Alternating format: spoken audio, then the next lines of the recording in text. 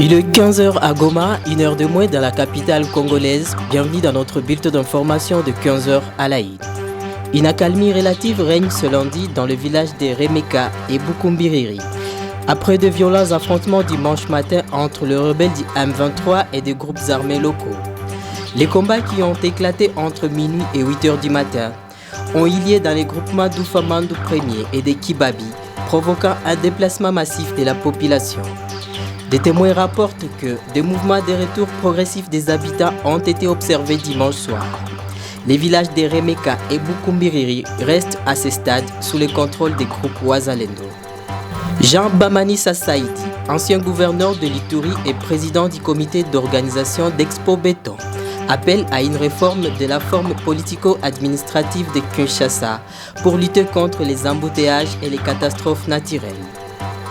Selon lui, les catastrophes naturelles qui frappent le pays sont en grande partie dues à une politique d'urbanisation et de gestion foncière inadaptée.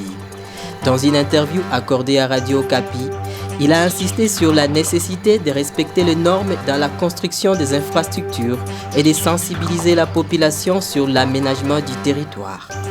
M. Saidi souligne que le désordre urbanistique actuel est dû à un manque de sensibilisation de la population et encourage la mise en place des campagnes d'information sur l'aménagement du territoire. Les États-Unis ont annoncé ce dimanche avoir trouvé un accord commercial avec la Chine suite à 2 jours de négociations intenses à Genève.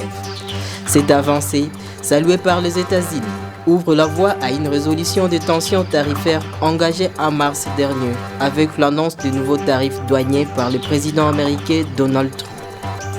Le secrétaire américain au Trésor, Scott Bessent, s'est réjoui de ce progrès substantiel et a remercié la Suisse pour son rôle d'hôte.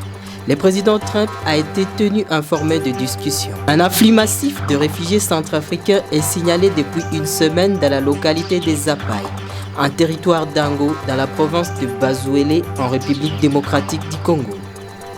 Ces personnes fuient les combats opposant les forces armées centrafricaines FACA, appuyées par les groupes russes Wagner, au groupe d'autodéfense à Kingpé.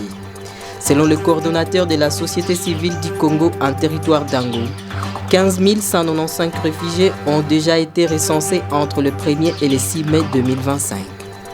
Fin de ce bulletin d'information sur Gueule Afrique Télévision. Retrouvez le développement de ces titres et bien d'autres dans notre grande édition de 19h.